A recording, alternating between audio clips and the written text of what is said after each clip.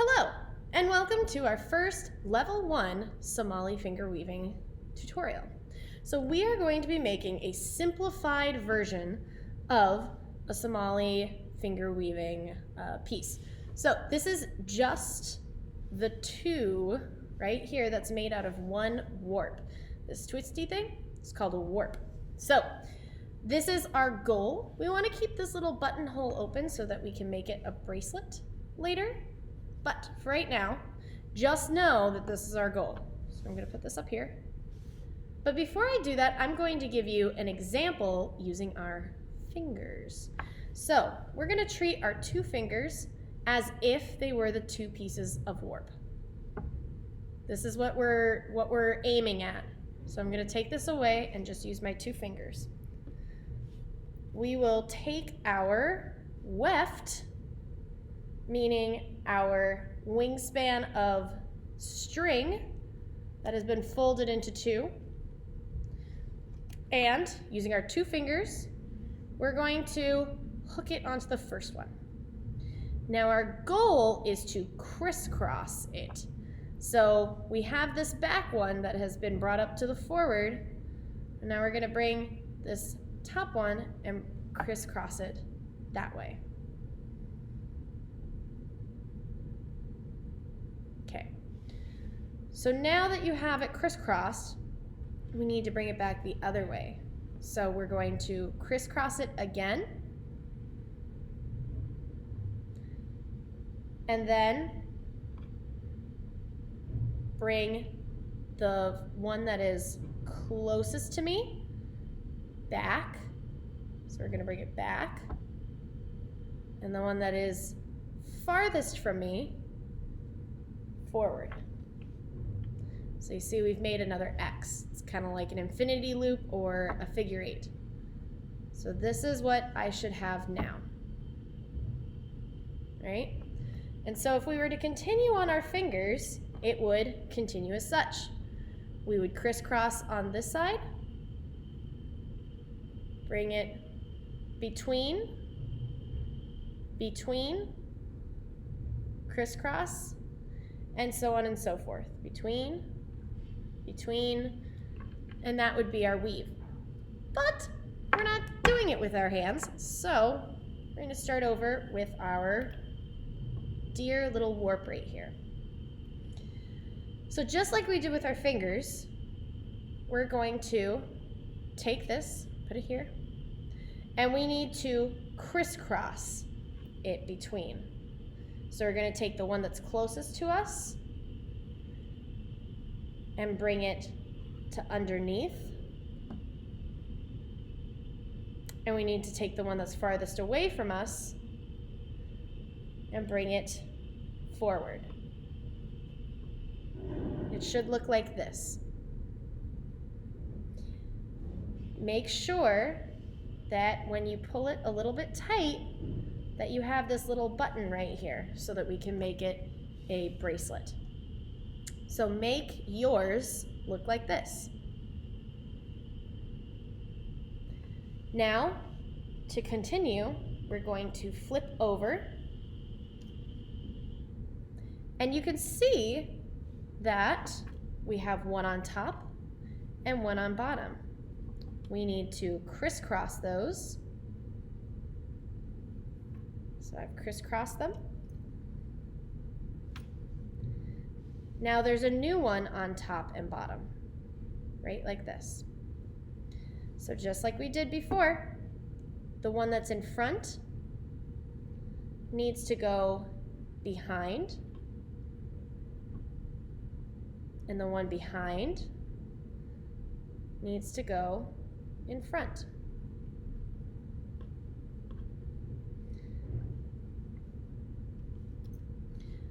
So there are our first two layers. I'll show that you can see it.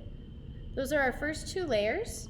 And then after our layers, each one from now on, we're gonna tug. We're just gonna tug it a little bit so that we have a more smooth weave. Now I'm gonna show you what this looks like. So we're gonna flip it over. I'm gonna show you what it looks like from the bird's eye view. because for some people that might help.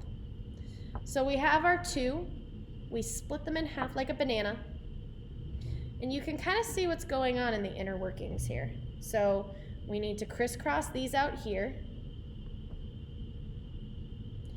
We bring the one that's closest to us out. The one that's farthest from us in. And then we tug a tug.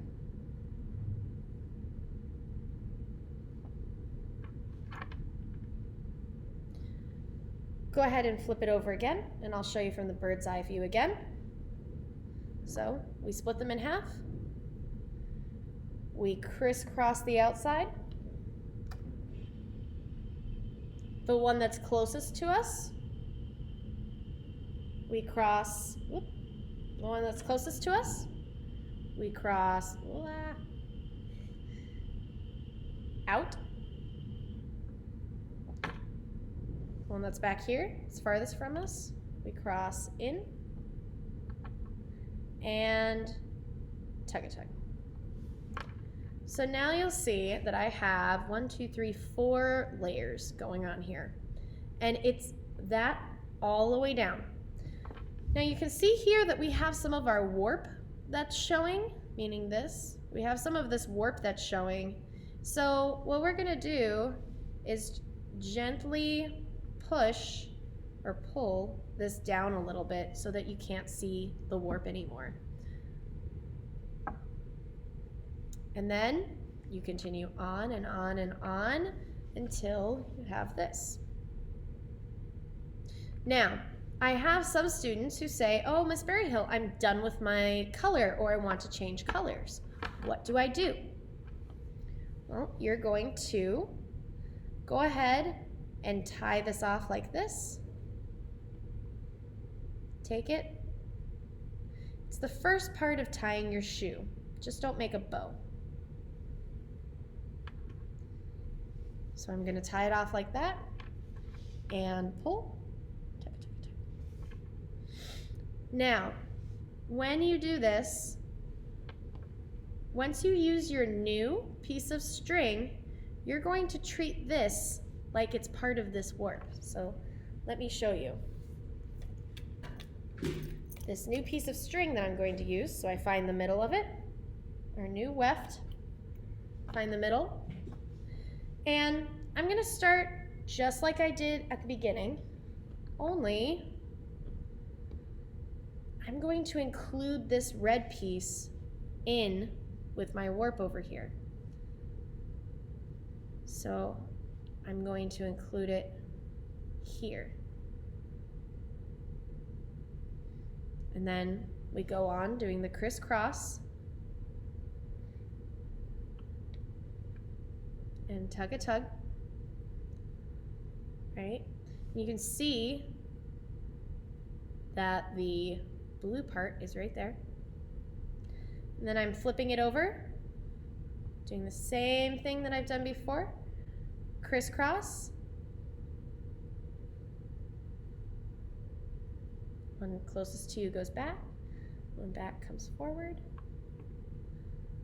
Take this and flip. And then tug a tug.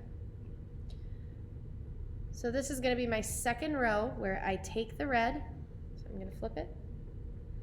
I take the red, and again, I'm going to treat it like it's part of this warp.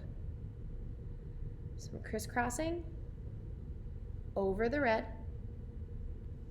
bring this to the forward,